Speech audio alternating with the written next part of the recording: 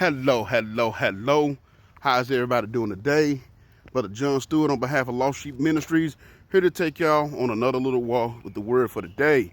So today, we're going to once again take a little peep into the heart of David. I'm so glad, man, that he's finally got past all his foolishness and his mess, and now he's getting back to bringing us the bangers, and you know what I'm saying, and giving us a glimpse of why he was called after a man after God's own heart. So I'm going to share with y'all tonight Psalm 64. It's a small psalm. It was 10 verses. I wanted to cut some out, but I didn't want to take away for the message that I wanted to bring tonight, so I'm going to put the whole thing in there. And I think we should be able, if I don't get to run my mouth a little too much, we should be able to get it in the whole video. So with that being said, I'm going to share with y'all Psalm 64. So Psalm 64 says this. It says, "Hear my voice, O God, in my prayer. Preserve my life from fear of the enemy.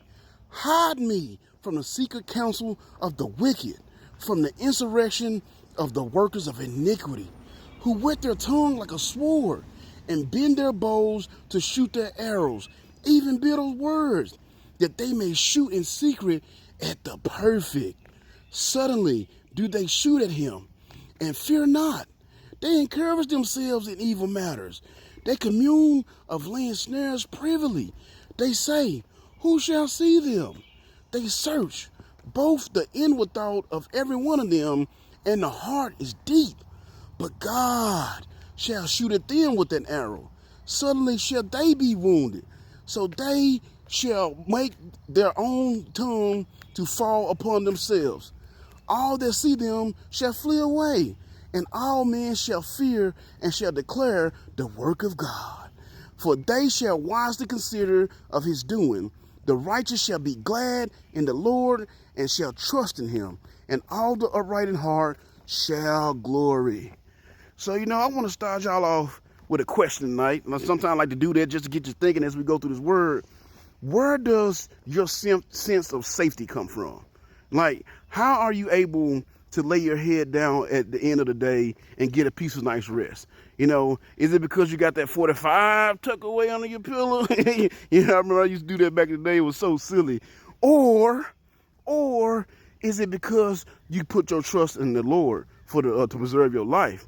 See, as we look into the heart of David, once again, we can see it was his trust in God that allowed him to get that peaceful night's rest. And you got to understand something. David was a great warrior. I mean, he was a mighty soldier, but you never see him put his faith in his military skills.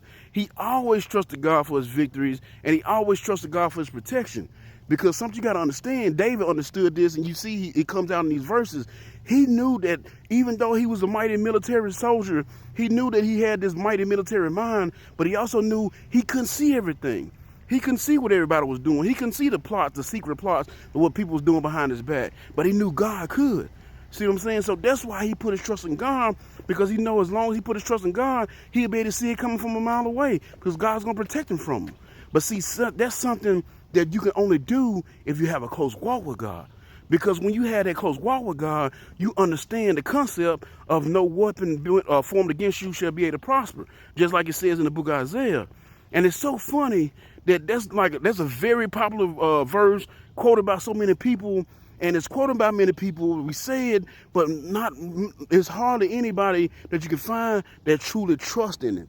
That's why they got the gun room, in the back of their car, the back of their house, or somewhere in the house, got a gun room in there with a little small arsenal, because they believe them guns is what's going to keep them safe. But it was something that I learned from the streets a long time ago. I got a cousin of mine that used to be in the streets, or I call him my uncle, be my cousin, but I remember him telling me, he said, "Man, don't put your faith in no gun. Don't put your confidence in no gun." He said, because you can have all the guns in the world, but if somebody want to get at you, they gonna get at you. They don't care how many guns you got. Those guns are not gonna keep you safe. He said, so never put your trust in no gun. You know what I'm saying? And that's why it's best to put your faith in the Lord. Because yes, you might have a few guns, and you may look up and be able to see the little plots against you. You might get to be able to see it coming, but guess what? The Lord always sees it coming. He always knows. He knows what's going on behind the closed doors. He knows what these people, the envy or the hatred that these people have in you and have towards you in their heart. And he's going to protect you from it. Because we see it with some of the great men in the Bible. We saw it with Job. Think about it. The devil himself was trying to come after Job and couldn't get to him? The devil himself. You know what I'm saying? And if you know the story, the devil came in one day, said he came in with the sons of God from patrolling the earth back and forth, and God got to bragging on Job. Man, you see my guy Job? Oh, that's my boy there. He hates evil. He eschews evil. He's a righteous man. And God just goes on and on. And then what does the devil say? Yeah, that's because you got that wall of protection around him. I guarantee you take that wall of protection around him, from around and let me get at him, I'll be able to put him away from you. See, that lets you know right there that he's been trying to get at Job for quite some time. But he couldn't do it because Job had that wall of protection around him, because Job had that close walk with the Lord. See what I'm saying? That's what that close walk with the Lord do for you. Same thing with Shadrach, Meshach, and Abednego. Ask yourself, how was they able to be unbothered by the threat the king gave them about being thrown into the fiery furnace? You know what I'm saying? Why did they not bother? Most people would have been shaking their boots, but it didn't bother me at all. You know why? Because they trust in God and their protection, for their protection. Matter of fact, they even said it. And said, no, the king like, man, hey, you don't bow down and worship the statue, I'm throwing you in the fiery furnace, and who's gonna be able to protect you from me then? And you know what they said? Man, we ain't worried about your little threats, bruh. We ain't worried about your little threats, because we know we serve a God that can protect us from these flames. And then after that, they said one of my favorite verses of the Bible said, but even if he don't, we still ain't gonna worship your idols. And what happened? They got thrown in, and the Lord protected them. Same a couple of chapters later with Daniel and the lion's den. Why was he not fazed by the fact that the king said, if you pray to anybody other than me, that you're gonna be thrown in the lion's den?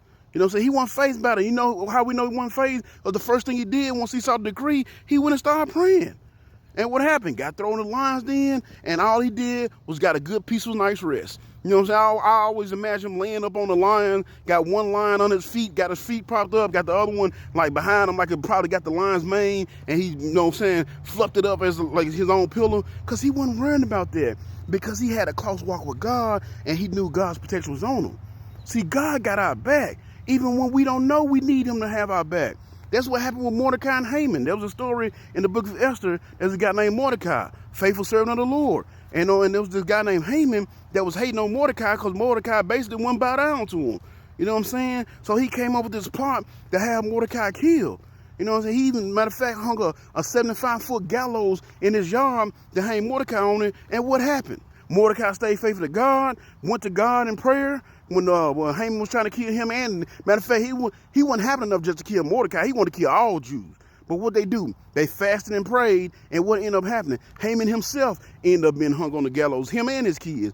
And everything that Haman had was given to Mordecai, when he should have just enjoyed it himself. But see, that's the power of God. That's the power of that close walk with God.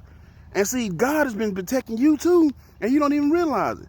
You know what I'm saying? That one friend, everybody got that one friend that you were probably close with at one point, but they weren't always good for you. They weren't always good to be around. And then next thing you know, they just disappear for whatever reason. You know what I'm saying? And yo, man, what happened to that person?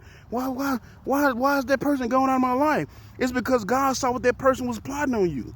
God saw what that person was saying behind you, saying about you behind your back. God know that person's intention towards you wasn't good. So God took that person out of your life because he had your back. You know, I never forget when I realized God had my back, and I had to stop trying to protect myself.